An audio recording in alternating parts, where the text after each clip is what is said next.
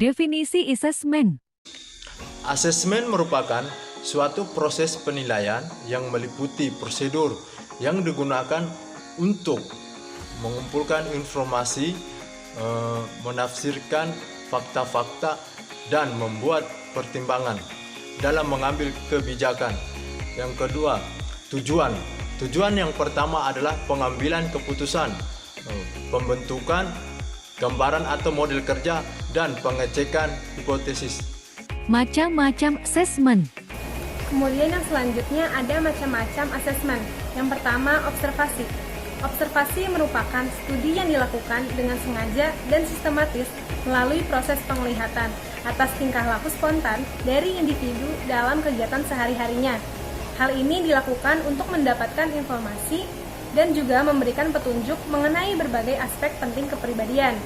Kemudian yang kedua ada interview klinis.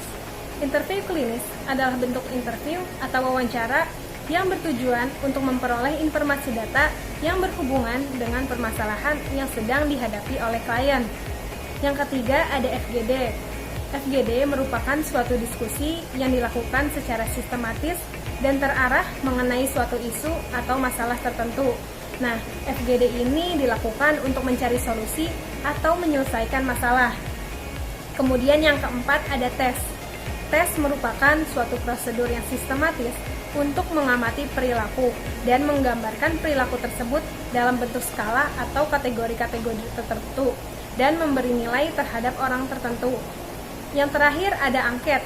Angket atau umumnya disebut sebagai kuesioner, yaitu metode atau cara dengan memanfaatkan teknik pengumpulan data dengan mengajukan pertanyaan tertulis, yang nantinya akan dijawab juga dengan secara tertulis oleh responden. Definisi humanistik dan tokoh-tokoh humanistik. Humanistik adalah suatu pendekatan yang motivasi terhadap pengalaman dan tingkah laku manusia yang memutuskan perhatian, keunikan, dan aktualisasi dari manusia.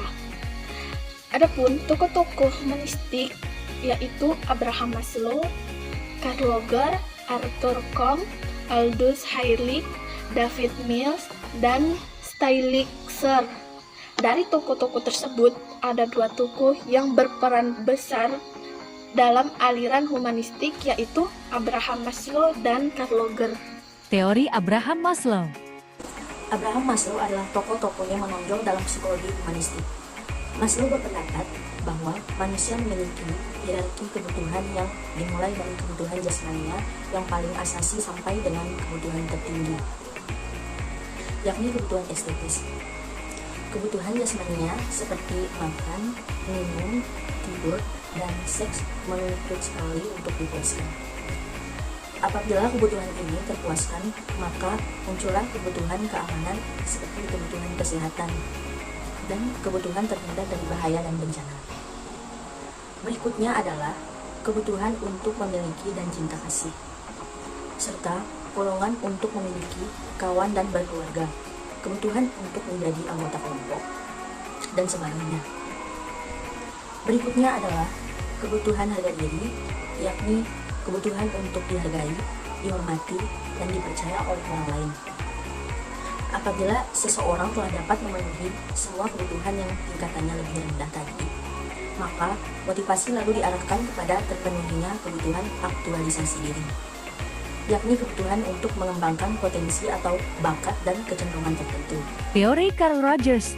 Carl Rogers adalah seorang ahli psikologi yang humanistik. Gagasan-gagasannya berpengaruh terhadap pikiran dan praktek psikologi di semua bidang, baik klinis, pendidikan, dan lain-lain. Lebih khusus dalam bidang pendidikan, Rogers mengutarakan pendapat tentang prinsip-prinsip belajar yang humanistik yang meliputi hasrat untuk belajar yang berarti belajar tanpa ancaman, belajar atas inisiatif sendiri, dan belajar untuk perubahan. Adapun penjelasan dari masing-masing prinsip yang dikemukakan oleh Carl Rogers. Yang pertama, hasrat untuk belajar. Menurut Rogers, manusia mempunyai hasrat alami untuk belajar. Hal ini terbukti dengan tingginya rasa ingin tahu anak apabila diberi kesempatan untuk mengeksplorasi lingkungan. Yang kedua, belajar yang berarti. Belajar akan mempunyai arti atau makna apabila yang dipelajari relevan dengan kebutuhan dan maksud anak. Artinya, anak akan belajar dengan cepat apabila yang dipelajari mempunyai arti baginya. Kemudian yang ketiga, belajar tanpa ancaman. Belajar mudah dilakukan dan hasilnya dapat disimpan dengan baik apabila berlangsung dalam lingkungan yang bebas ancaman. Yang keempat, belajar atas inisiatif sendiri. Belajar akan paling bermakna apabila hal itu dilakukan atas inisiatif sendiri dan melibatkan perasaan dan pikiran si pelajar. Mampu memilih arah belajarnya sendiri sangatlah memberikan motivasi dan mengulurkan kesempatan kepada murid untuk belajar bagaimana caranya belajar. Kemudian yang kelima, belajar dan perubahan. Prinsip terakhir yang dikemukakan oleh Rogers ialah bahwa belajar yang paling bermanfaat ialah belajar tentang proses belajar. Menurut Rogers, di waktu-waktu yang lampau, murid belajar mengenai fakta-fakta dan gagasan yang statis. Konsep pendekatan humanistik. Konsep pendekatan humanistik. Humanistik mencoba untuk melihat kehidupan manusia bagaimana manusia melihat kehidupan mereka. Mereka cenderung berpegang pada perspektif optimistik tentang sifat alami manusia. Mereka berfokus pada kemampuan manusia untuk berpikir secara standar dan rasional, untuk dalam mengendalikan hasrat biologisnya, serta dalam meraih potensi maksimal mereka. Dalam pandangan humanistik, manusia bertanggung jawab terhadap hidup dan perbuatan, serta mempunyai kebebasan dan kemampuan untuk mengubah sikap dan perilaku mereka. Asesmen berdasarkan pendekatan humanistik.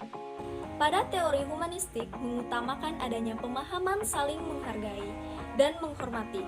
Psikolog yang menggunakan pendekatan humanistik melihat individu pada dasarnya adalah positif dan percaya bahwa kehidupan klien dapat dipahami jika psikolog atau terapis memahami dari sudut pandang klien.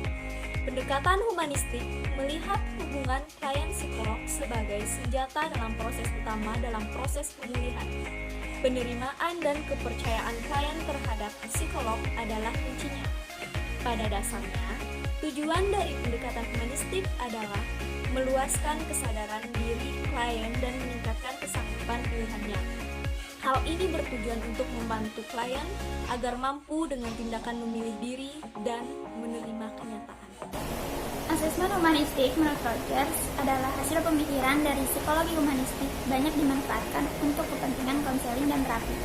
Salah satunya yang sangat populer adalah dari Carl Rogers dengan Client Center Therapy, yang memfokuskan pada kapasitas klien untuk dapat mengarahkan diri dan memahami perkembangan dirinya serta menekankan pentingnya sikap tulus, saling menghargai dan tanpa prasangka dalam membantu individu mengatasi masalah-masalah kehidupannya.